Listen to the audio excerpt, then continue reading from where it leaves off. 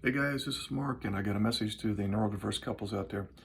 When you experience a particular emotion, you have given birth to that emotion. In other words, it's come into an existence.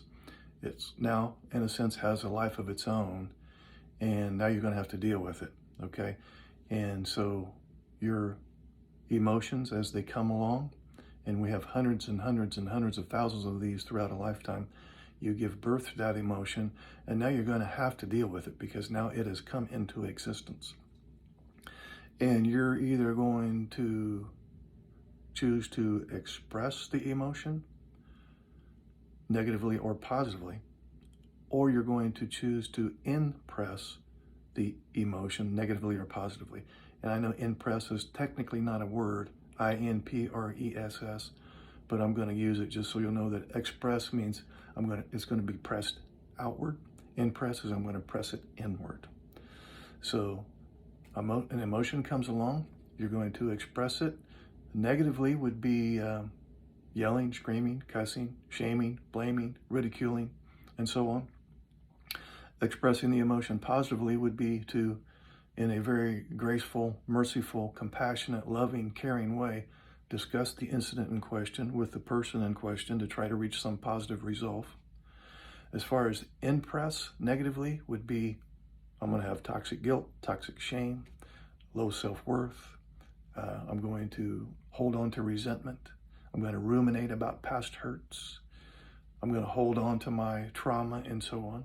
That would be impressing. Positive way to impress would be I'm going to reflect on this emotion. I'm going to meditate on it.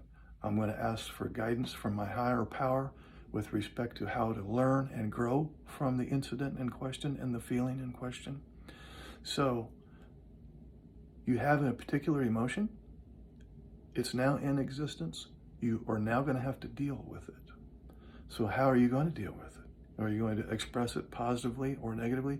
Or are you going to impress it positively or negatively?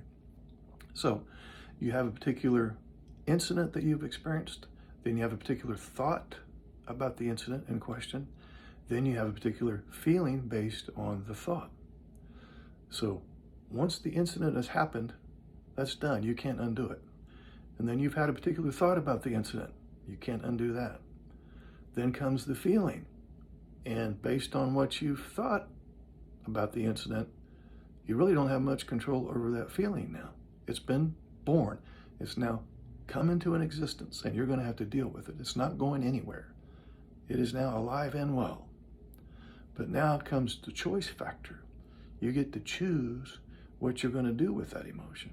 In other words, what you're going to say or do, or avoid saying or doing. So how are you going to deal with the negative emotion that you're going to experience later today? Are you going to express it? And if so, negatively or positively? Or are you going to impress it negatively or positively?